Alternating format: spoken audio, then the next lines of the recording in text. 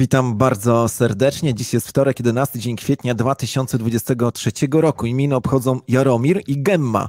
Mamy 15 stopni Celsjusza, przelotne opady, blok BTC 784891, cena KNG 2,59 USDT, cena cash 240 KNG, cena cash przeliczenie na złotówki to ponad 2900 zł, a to oznacza, że wycena Kangi na dzisiaj to 67 milionów złotych. To jest kwadrans Kango numer 144. Czy to jest 12 do kwadratu, Łukasz? Możliwe. Czyli okrągła rocznica w takim razie. Dajcie znać proszę, jak nas widać, jak nas słychać. Pozdrawiajmy się stamtąd, skąd siebie oglądamy. Napiszcie, skąd nas oglądacie. Cześć Łukasz. Cześć Sławku. Łukasz, jakie jest ulubione ciasto Adama Małysza? No nie wiem, no. Z kakałem. Bardzo dziękuję. Napiszcie, jak wam się podobał ten suchar, a ty, Łukasz, skomentuj, co takiego dzieje się w świecie Bitcoina i Ethereum. No tu czytam komentarze i widzę, że ktoś tutaj niezadowolony, że do 35 nie doszło. No ale powiem tak, faktycznie mamy bardzo ciekawą sytuację. Bitcoin przebił tą psychologiczną barierę 30 000. Mamy dosyć dużą zgodność wśród tych analityków wszystkich technicznych, że dzieje się bardzo ciekawie, tam się spodziewają jakiejś kolejnej fraktalowej czegoś tam fali, czy jakichś tam zawirowań i mówią nawet o tym, że w tej chwili mamy rajd na 50 000, więc faktycznie coś chyba jest na rzeczy. No generalnie powiedziałbym tak, że wszyscy mówią o tym, że trzeba obserwować poziom, wszyscy. Duża część analityków mówi o tym, że trzeba obserwować poziom w okolicach 29 200, 29 300 i to jest ten poziom, którego nie powinniśmy przebić, czyli nie powinniśmy spaść poniżej.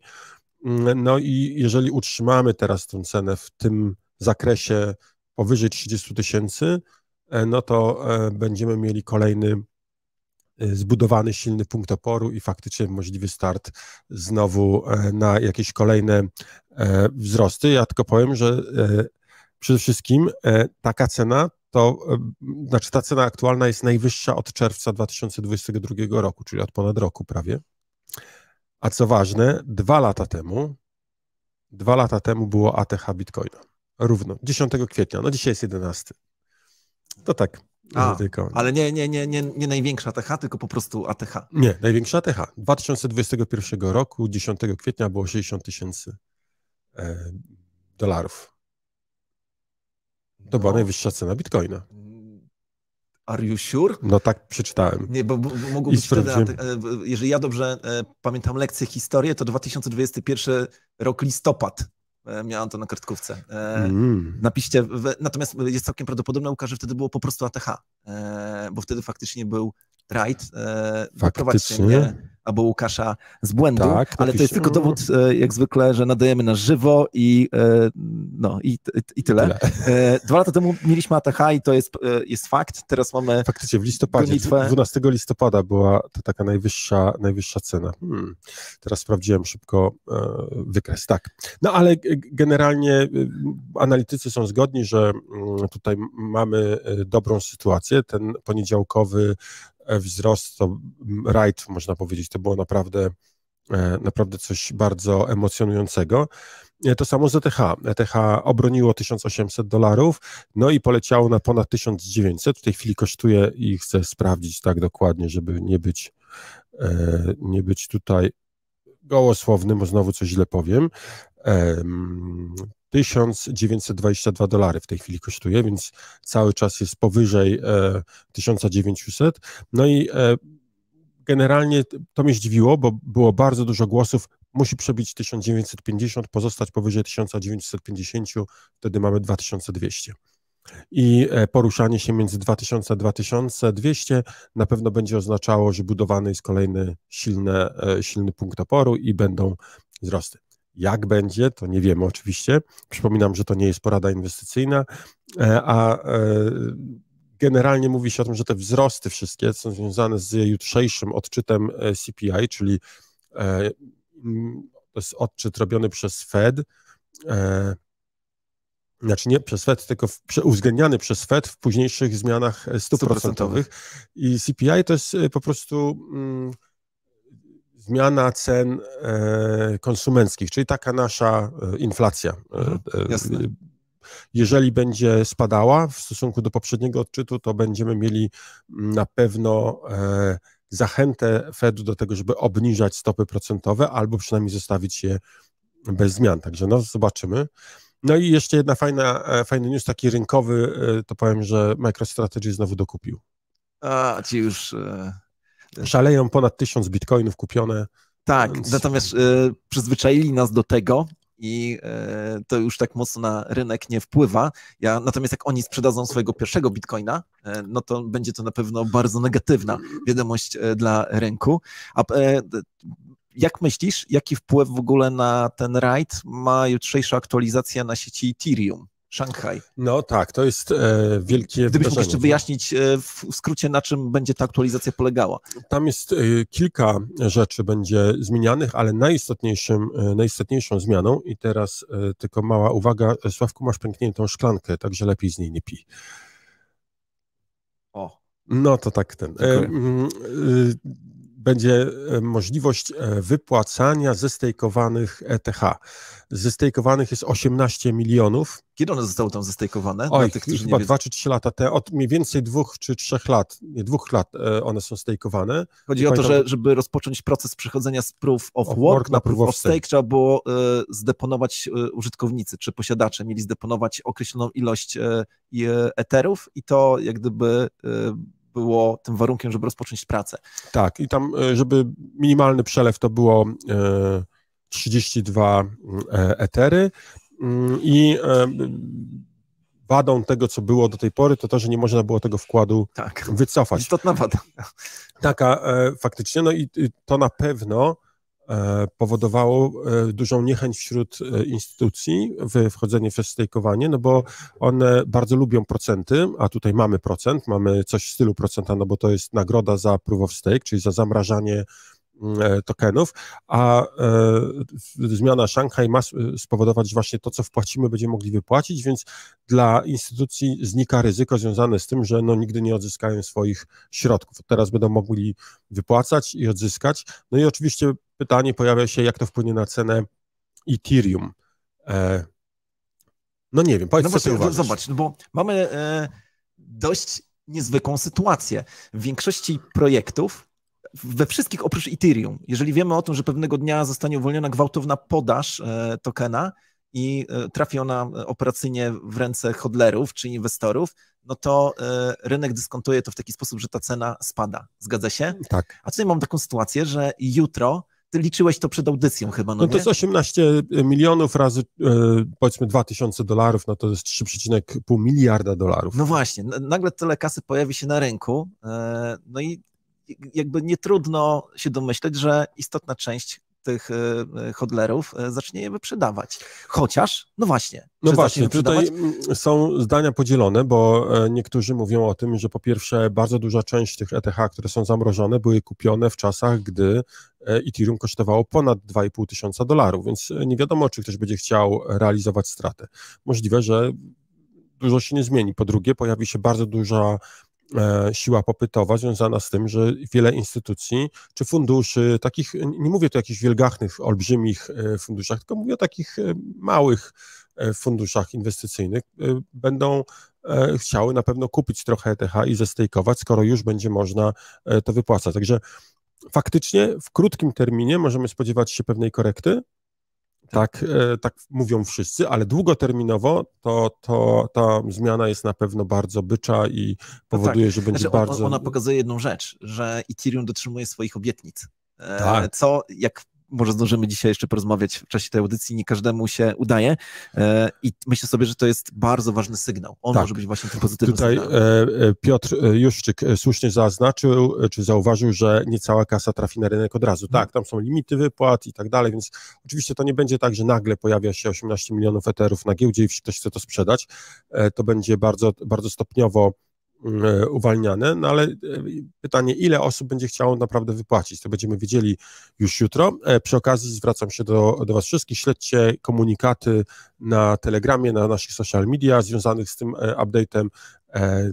Na Kandze będziemy bacznie monitorowali to, co się dzieje na sieci i na pewno reagowali, jak coś się będzie działo, także śledźcie nasze komunikaty, tak żebyście wiedzieli, co się dzieje. Sławku, ciekawy temat.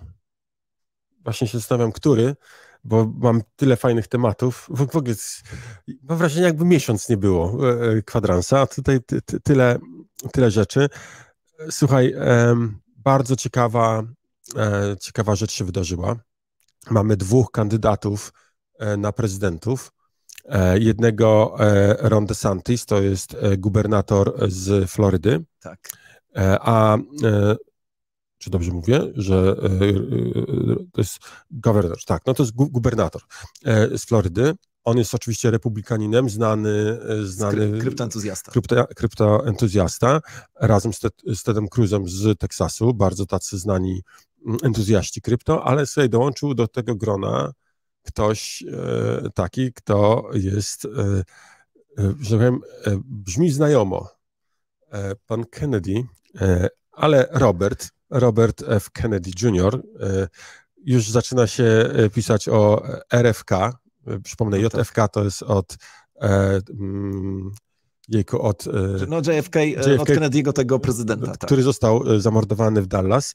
No i to jest jego nephew, czyli bratanek. Tak. Dobrze myślę.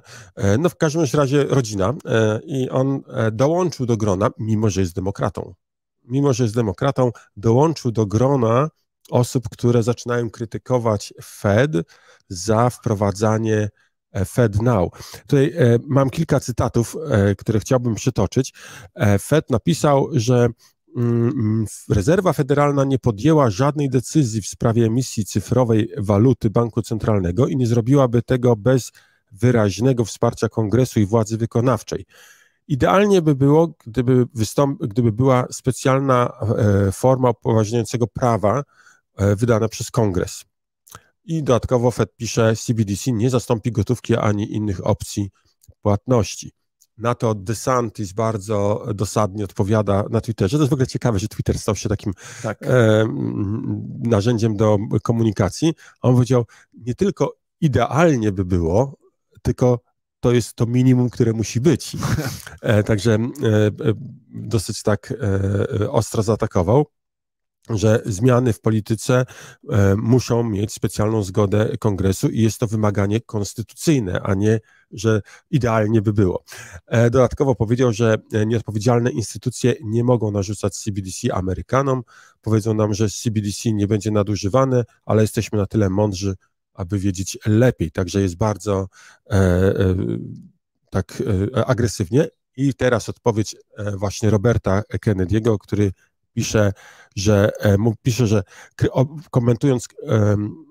skomentował również Feda, ale mówi o tym, że mamy komunikaty tutaj z reżyserki. Promptera, ale tak. Mamy zachęcić do komentowania. Rany, nie wiem, zaraz... że odczytam. Tak. Słuchajcie, to jest wiadomość z ostatniej chwili.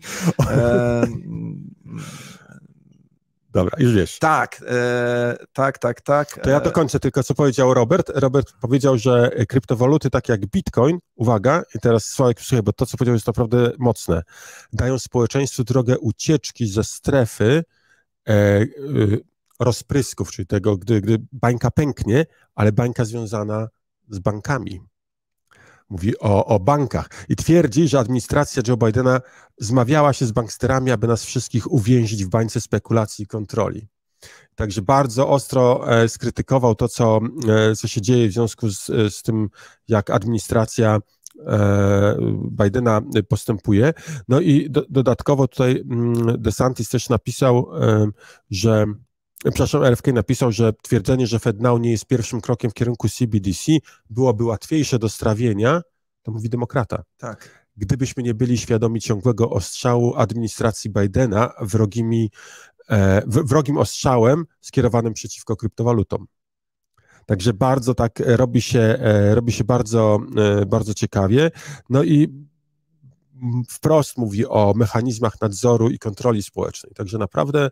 No i komentarz pani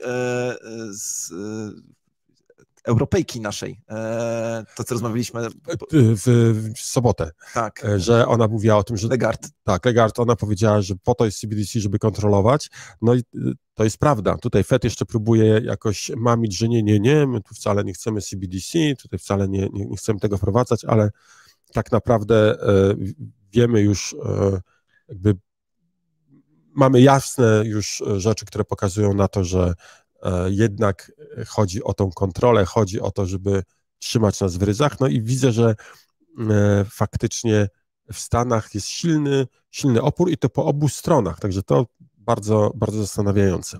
A ja przeczytam tylko wiadomo z ostatniej chwili, ponieważ spodziewamy się pewnego ważnego wydarzenia w kwietniu związanego z Kangą, no to wietrzymy magazyny, jak to mówią najwięksi i pierwsze 10 osób, które teraz napisze komentarz Kanga na fali, dostanie od nas nagrody rzeczowe, nasze ubrania i tak dalej, także zapraszam do pisania komentarzy, a my kontynuujemy dyskusję. Tak, a ja jeszcze dodam, że oczywiście lajkujcie, subskrybujcie, klikajcie dzwoneczki, no i jeżeli jesteście na tyle odważni, to udostępniajcie ten film, zależy nam na tym, żeby dotrzeć do jak największej ilości osób z informacją o kryptowalutach, o tym, co się dzieje w tej alternatywnej, czy w tej takiej innej rzeczywistości, która jest często pomijana przez media głównego nurtu, bo dzieje się przecież bardzo, bardzo dużo i patrzę sobie do moich notatek. Sławków, przez chwilkę rozmawialiśmy przed kwadransem. W Teksasie dzieje się coś bardzo ciekawego, bo dwóch prawników, chyba z poparciem kongresmenów tych teksańskich, zgłasza projekt wprowadzenia kryptowaluty zabezpieczonej złotem. CBDC, takiego opartego o złoto, co jest oczywiście... Czy stablecoina może bardziej? Czy no, natomiast jak rozumiem, tutaj informacje też ciągnę z Twittera, no tam nawet pojawiła się taka myśl, uwaga, teraz powiem coś, z czego nie jestem pewien, więc Łukasz, albo mi sprostuj, albo proszę o komentarze, żeby to była pośrednia droga do tego, żeby dolar wrócił do oparcia o złoto. I uzasadnienie jest takie, że dzisiaj dolar, tak jak chyba wszyscy twierdzą, już nie można udawać, że się tego nie widzi, dolar traci swoją pozycję na rzecz, no zobaczymy czego, i jedynym sposobem, żeby uratować tę pozycję, to jest to, żeby go po prostu oprzeć z powrotem o złoto, co jest wybitnie rewolucyjnym poglądem, ale chyba jedynym prawdziwym, tak naprawdę, jeżeli chodzi o ratunek dolara. W ogóle w Stanach Stan na tyle dziwny kraj, że tam już wiele lat temu czytałem o tym, że wiele osób, emisja pieniądza jest możliwa i była organizacja, która wypuściła złoty pieniądz. On był normalnie, miał stałą wagę, zabezpieczoną i tak dalej i bardzo dużo sklepów akceptowało go. Mogłeś płacić tym złotym pieniądzem i on miał oczywiście zmienną wartość, tak, wyrażoną w dolarach, ale wartość taką rzeczową miał stałą, bo tyle, ile było tam złota, tyle był wart. Sklepy były, które przyjmowały gotówkę w ten sposób. To był początek tego wieku, bardzo dużo czytałem wtedy o tym, że coś takiego jest wprowadzane. Ciekawa opcja. No teraz informatyka, te zdobycze technologiczne powodują, że faktycznie o wiele łatwiej jest wprowadzić tego typu pieniądz. W ogóle byłoby bardzo ciekawe, jakbyśmy mieli sytuację, w której jeden z istotnych urzędów, no w Teksasie na przykład Fed ma swój odpowiednik w Teksasie, i gdyby on na przykład wypuścił właśnie takiego stablecoina opartego o złoto, gwarantowanego przez ten urząd. Kurczę, to myślę, że cieszyłby się bardzo dużym powodzeniem. No tak, natomiast byłby oczywiście postrzegany przez władzę centralną jako wybryk rewolucyjny, no bo władzy centralnej zależy na tym, żeby móc drukować pieniądze, co jest nudne jak flaki z olejem, bo mówimy o tym w prawie każdym naszym odcinku, ale władza zależy na tym, żeby drukować pieniądze, bo może w ten sposób finansować swoją działalność, ale do czasu, jak widzimy w Stanach, właśnie ten czas nadchodzi. Przeczytajmy parę komentarzy. Pytanie, mając BNB na Binance, mamy mniejsze opłaty w transakcjach, kiedy podobna funkcja będzie na Kandze. No jest coś takiego, jeżeli stejkujemy odpowiednią ilość KNG, to mamy obniżone opłaty transakcyjne, jeżeli jesteśmy makerem, więc jak najbardziej mamy tego typu rozwiązanie. Sławku, zastanawiam się, czy to nie jest dobry moment, żebyśmy zaprosili Jacka. Myślę, że tak. Zaprośmy Jacka, zobaczmy, co nowego. Sprawdzimy, czy Jacek nas słyszy. Jacku, halo Warszawa, czy jesteś? Halo Gdańsk, pozdrawiam. No słuchajcie, ludzie się zastanawiają od środka nocy w zasadzie, bo myśmy sobie smacznie spali, a tam po zachodniej stronie już się ten taki mini bull run zaczynał. Pierwszy raz od 10 miesięcy, 30 000 dolarów. Natomiast u nas się dzieje dużo, bo przygotowujemy się do tego, żeby wprowadzić, i to jest taka nowość chyba, nie wiem, czy to już kiedyś wspominaliście o tym, ale będziemy mieli już za kilka dni szybę INU dostępną za OPLN-y, czyli otwieramy kolejny rynek. Jedna z najbardziej ikonicznych kryptowalut, która jakoś tak jest ciągnięta przez Dogecoina za uszy, bo jak Dogecoin idzie do góry, to i Shiba idzie do góry, a ponieważ Elon Musk gra na nosie regulatorom i nie wiem, czy o tym też było już mówione, ale tam się szykuje sprawa sądowa, bo został podany do sądu za promowanie Dogecoina, no i on zagrał na nosie wszystkimi na tydzień, może nie na cały tydzień, na kilka dni zmienił logo od Twittera z wróbelka na pieska.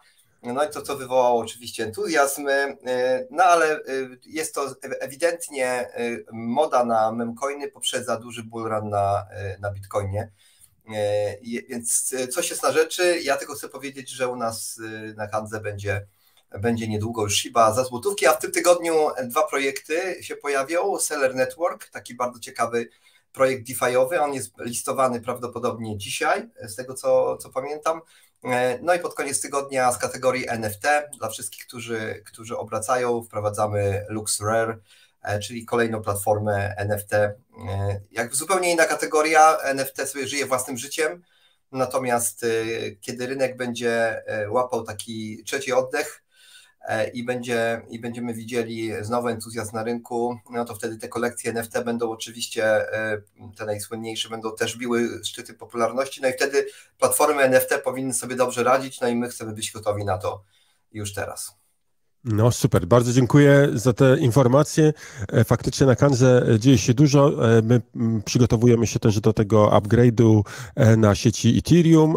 Mamy kilka niespodzianek w zanadrzu i myślę, że jeszcze cały czas warto śledzić newsy, bo coś się pojawi, czymś będziemy zaskakiwali. Dziękuję bardzo, Jacku, pozdrowienia. Pozdrowienia. Trzymaj się.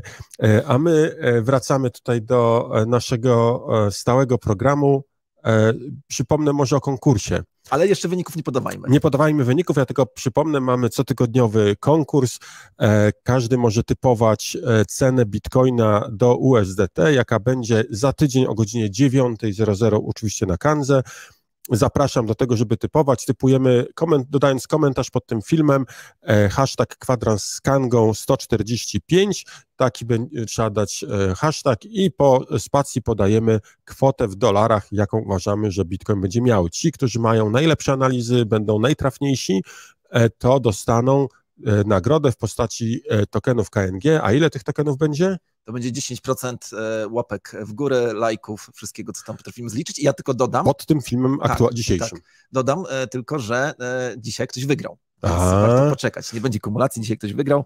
No to nieźle. Przy okazji oczywiście przypominam, dlatego warto lajkować, warto udostępniać, warto klikać subskrybuj dzwoneczek, żeby tych łapek w górę było jak najwięcej, bo im więcej łapek w górę, tym większa emocja i większe nagrody.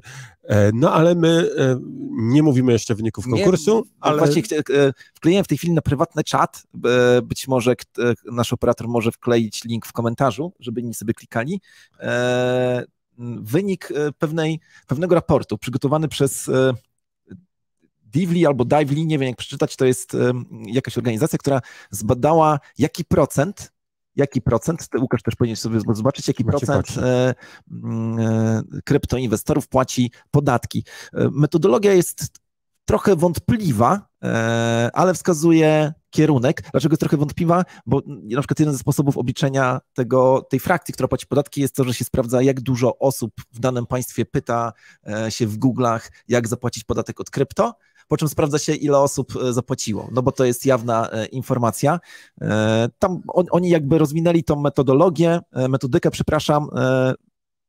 bez względu na to, czy te liczby są precyzyjne, czy nie, one pokazują jednak pewien trend i oto czy ty już zjechałeś na sam dół, czy jeszcze nie? Bo chciałem ci zadać pytanie. Jakbyś powiedział, według nich zjechałeś. Zjechałem, tak, patrzyłem. No to 0,53 punktu procentowego inwestorów na całym świecie średnio płaci podatki według nich. Najbardziej wiernym państwem ze wszystkich badanych to jest Finlandia, 4,09. Czyli że 4% osób, które powinno zapłacić, tak powiedzmy można przyjąć, powinno zapłacić podatek, zapłaciło. Czyli nie dużo. Zapłaciło, czyli niedużo. Tak, no bardzo niedużo. Bardzo niedużo. No i generalnie Polski nie ma w tych badaniach, natomiast to tylko pokazuje, że faktycznie kryptoinwestorzy mogą nie płacić takich podatków, jak należy zapłacić. Tutaj w tym artykule jest podane kilka przyczyn. Jedną z tych przyczyn jest to, że bardzo często prawo podatkowe jest niejasne, chociaż w Polsce jest jasne. Tak.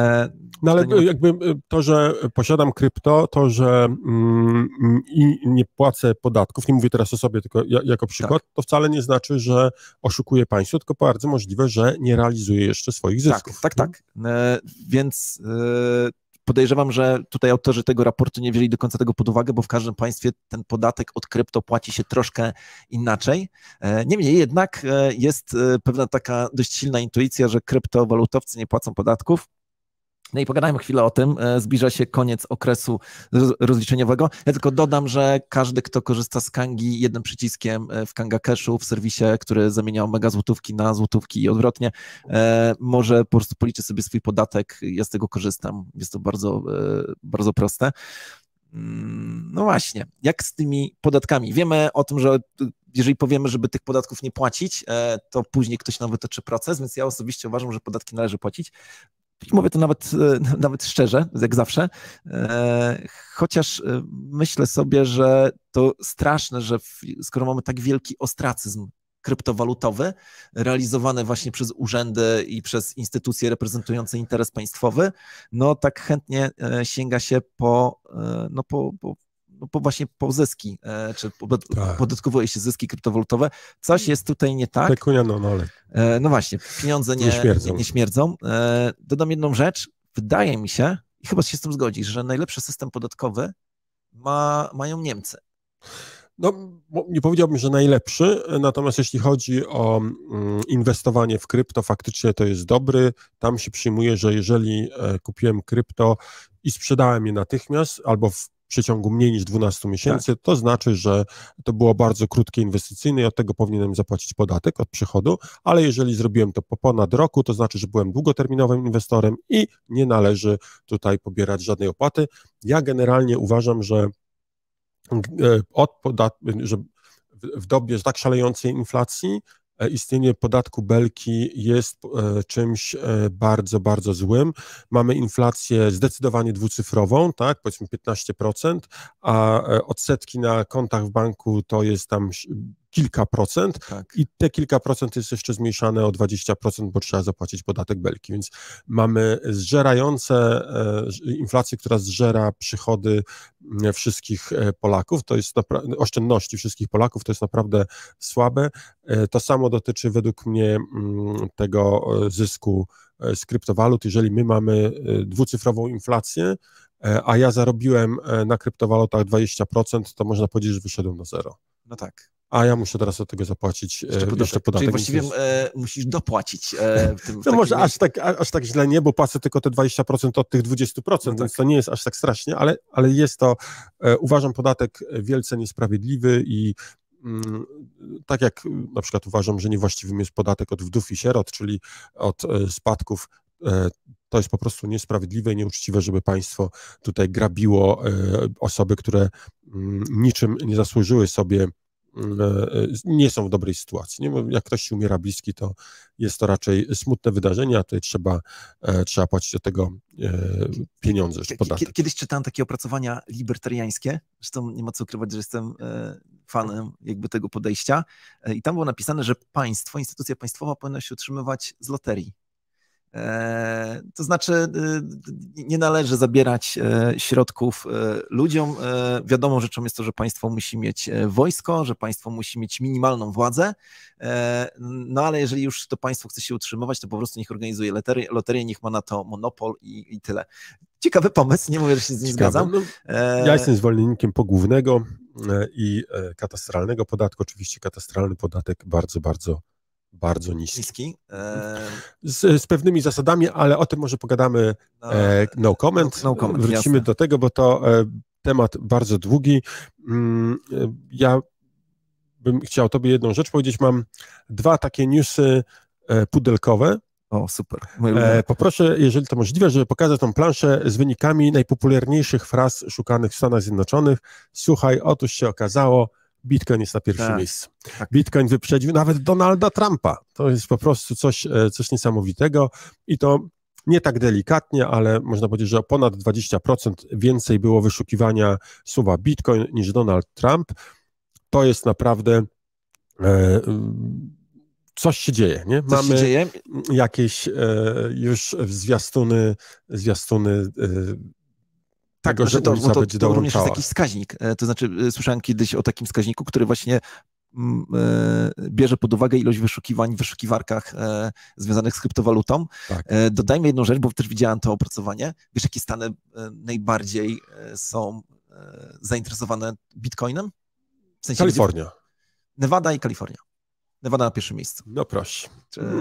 To nieźle. Czyli tam... Ale słuchaj, powiem ci, co mnie w te święta najbardziej zaskoczyło i to zaskoczyło mnie w taki sposób, że po prostu myślałem przez jakiś czas, że to jest jakiś fake i spóźniony żart prima aprilisowy. Słuchaj, to jest coś, co mi... I słuchajcie, teraz proszę was, napiszcie w komentarzach, co o tym myślicie, co zaraz powiem.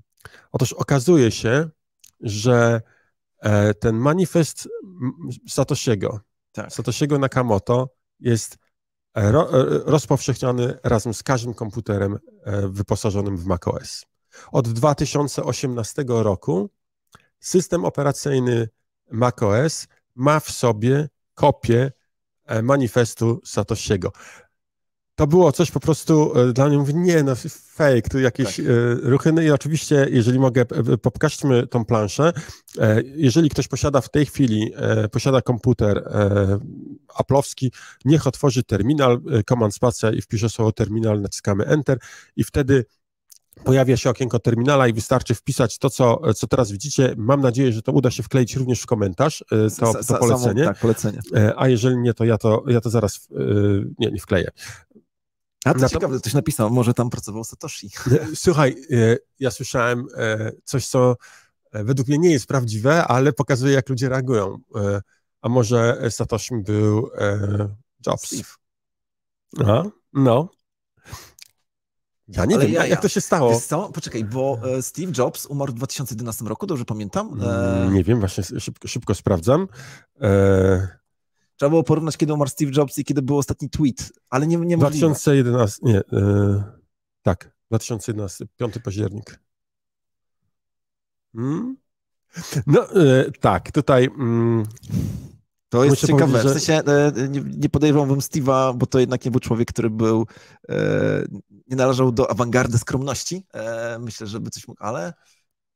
Kurde, niesamowite. No, tutaj Krzysztof pisze, że zabieg marketingowy. No, Krzysztofie, chcę powiedzieć, że to raczej odwrotnie. To Apple jest dużo bardziej popularny niż Bitcoin i to chyba Bitcoin zyskuje na tym, że że pojawił się na komputerach macOS, a nie odwrotnie.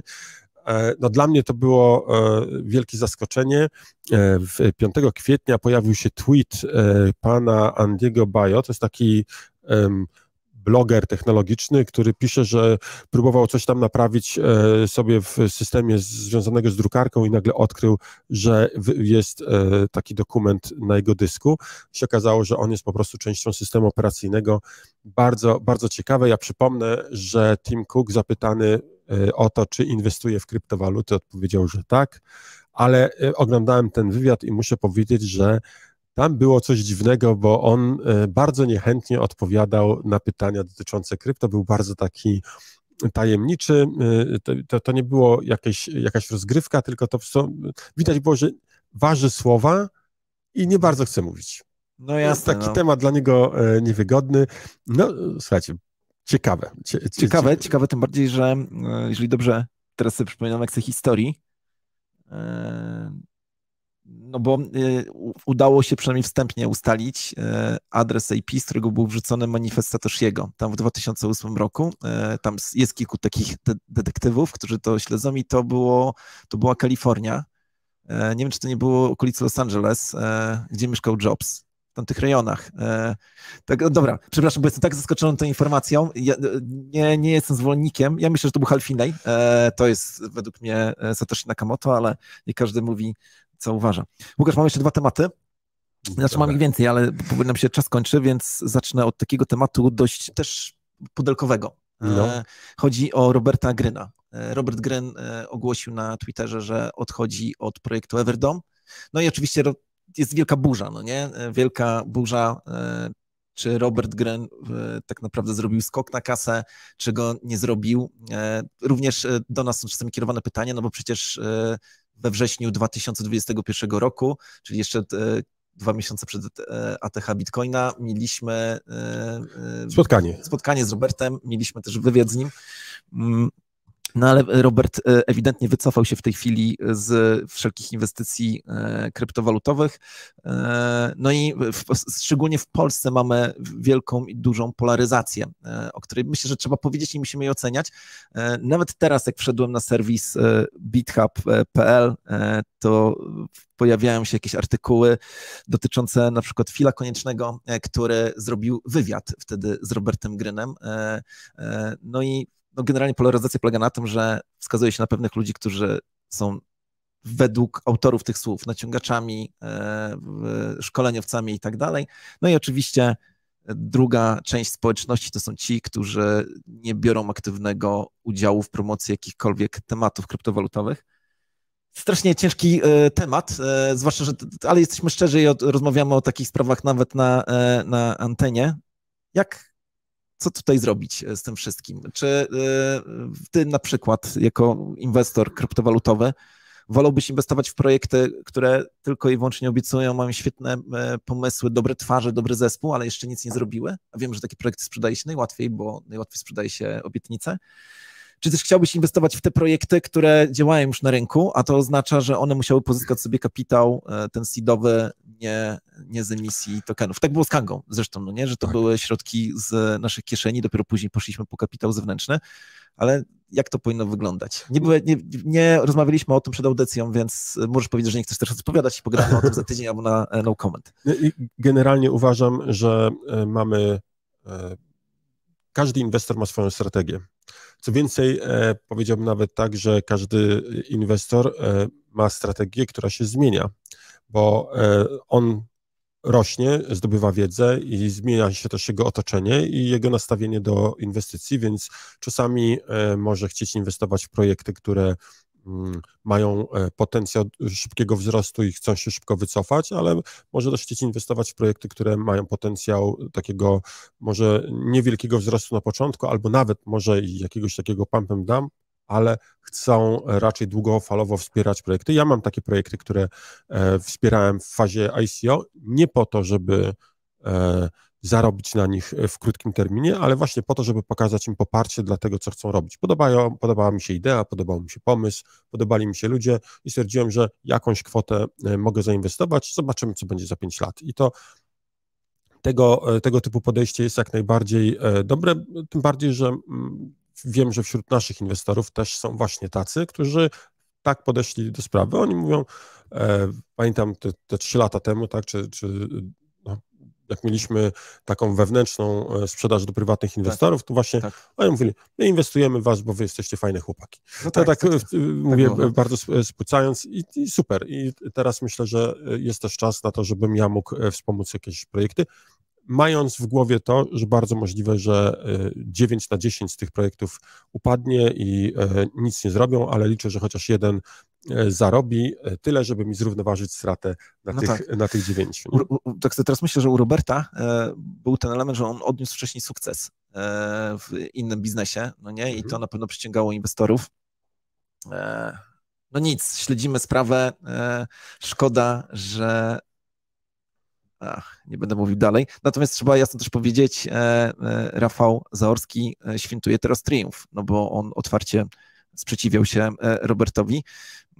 No zobaczymy, jak to się wszystko potoczy. Tak czy inaczej, my po prostu wierzymy w projekty krypto, chcemy, żeby projekty krypto rosły, natomiast no, nie możemy żadnego rekomendować. Zresztą nie powiedzieliśmy tego wcześniej, ale jak Jacek opowiadał o nowych projektach na Kandze, to powiedział, że jest ciekawy projekt. Pamiętajcie, że zawsze jak mówimy, że coś jest ciekawe, to i tak sami musicie podjąć decyzję, czy w to inwestować, czy nie. Tak, trzeba robić swój własny research, nie polegać na innych, ale oczywiście ten research robimy w oparciu o materiały dostępne najczęściej w sieci.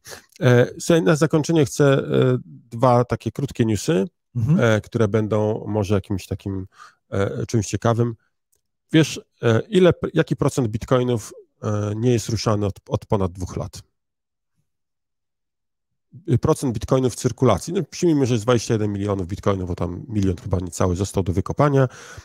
I jaki procent z tych bitcoinów jest nieruszany przez ostatnie 2 lata? Nie wiem. Połowa. Połowa bitcoinów nie ruszyła się. Czy dlatego, że zostały zgubione klucze? A od ponad 5 30%. Czyli mamy bardzo takie dużą ilość bitcoinów, która jest przytrzymana i nieruszana, no to może na przykład świadczyć o tym, że są klucze zgubione, tak jak ty mówisz, ale równie dobrze może to znaczyć, że są inwestorzy, którzy czekają spokojnie, oni się nie spieszą. Zresztą wiemy o tym, to jest nasza obserwacja, każdy, kto przeżył przynajmniej jeden pełen cykl, to się nauczył. Robi się hodlerem po prostu.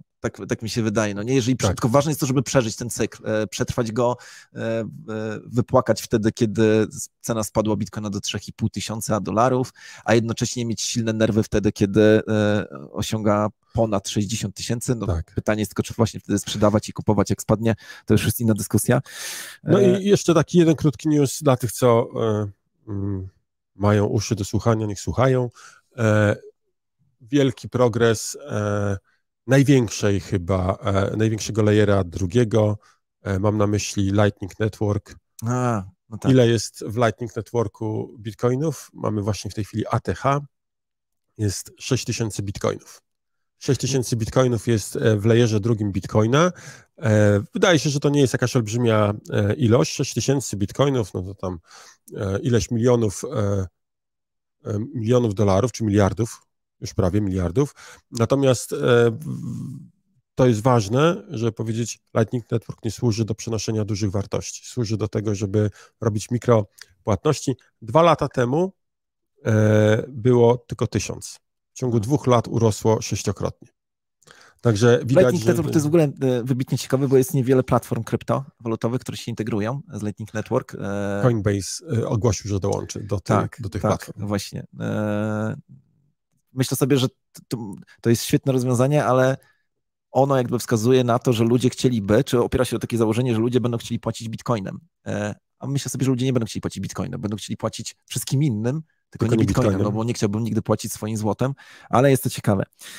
Zanim ogłoszę wyniki konkursu, tylko przypomnę, że szukamy imienia dla Kangurzycy. Wiem, że z Kamilem ogłosiliście konkurs, czy plebiscyt, przepraszam, w ubiegłym tygodniu, ale Kamil powiedział, że to jest kangur, a to jest Kangurzyca, więc przedłużamy jeszcze przynajmniej o tydzień. Powiem, jakie w tej chwili wpadły propozycje.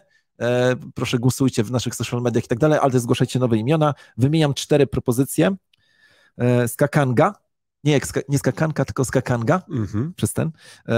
Furora, Hossa i Loka. A nikt nie powiedział Lambo? No, to właśnie męski. Może podał tylko, że wybraliśmy te żeńskie imiona. No i mam wyniki konkursu. No i sobie, trafił ktoś. Tak, trafił. Mówię, że trafił. Tak. Jaką nagrodę dostaje? Nagroda 58,9 Kang, czyli nie ATH, ale całkiem słuszna nagroda. Cena z godziny 9 to jest $3031 i wygrał, uwaga, człowiek, który nazywa się Bobby0204. Bobby0204. Zapraszamy do kontaktu z naszym supportem w celu ustalenia sposobu przekazania nagrody. Gratuluję, to jest zawsze fajna chwila. Jak mówię, jeżeli ktoś zgadnie 2 razy pod rząd, to chyba będziemy go zapraszali do tego, żeby robił analizy. No właśnie, to jest dobry pomysł, no nie? To jest dobry pomysł. Patrzę na komentarze. Skakanga, super propozycja, napisał Jacek Kołodziejczak. Lambini to propozycja imienia dla kobiety. Kanga, ale ty znasz niemiecki. Co to jest za litera? Ta druga? To jest Kanga. Kanga. No, nie. No dobra. I to chyba wszystko, Łukasz. Coś powinniśmy jeszcze dodać, bo już 3 kwadranse minęły. No, tutaj Krzysztof mówi, że jakim cudem wygrał, skoro BTC kosztuje 30 000, a nie 3 000. Nie wiem, o co chodzi, ale zgodnie z naszymi informacjami to wytypował cenę ponad 30 000. Tak, 30, jeszcze raz, bo może źle przeczytałem, wygrana, niestety dostałem, nie widzę ceny, którą podał Bobby, ale no taką dostałem informację w tej chwili. Ja patrzę, ja chyba mam. Już patrzę. Podał 30 031 dolarów. Nie, to była ta cena, faktycznie. Dobra. Będzie trzeba, przepraszam, widzę. 30 053 dolary. To była cena, która była podana, więc pomylił się kolega o 53 minus 31 o 22 dolary. Czyli zgodnie tutaj z regulaminem i z wytycznymi. Dobra, czyli wszystko się zgadza. Nasze zawołania. Ja oczywiście mówię BCK, Bitcoin ciągle królem. A ja mówię Kanga na fali KNF, a ty, Łukasz, powinieneś mówić BZK. Bitcoin zawsze królem. Dobrze, ale BZK nie brzmi tak ładnie jak BCK. Ale okej. Muszę wymyśleć jakieś nowe. Jasne. Dzięki, Łukasz. Widzimy się w No Comments, a wam życzymy wszystkiego dobrego. I czekamy na oceny. Ocencie ten odcinek, czy był fajny, czy nie. Skala Sławka to 1, znaczy zmarnowaliście moje 45 minut i to jest najgorszy odcinek w historii, jaki kiedykolwiek w ogóle widziałem, a 6 to najlepszy odcinek, jaki do tej pory był. Zachęcam do tego, żebyście oceniali, zawsze dodaje nam skrzydeł, a jeżeli są negatywne, to też zmusza nas do refleksji. Do zobaczenia za tydzień. Trzymajcie się. Hej. Cześć.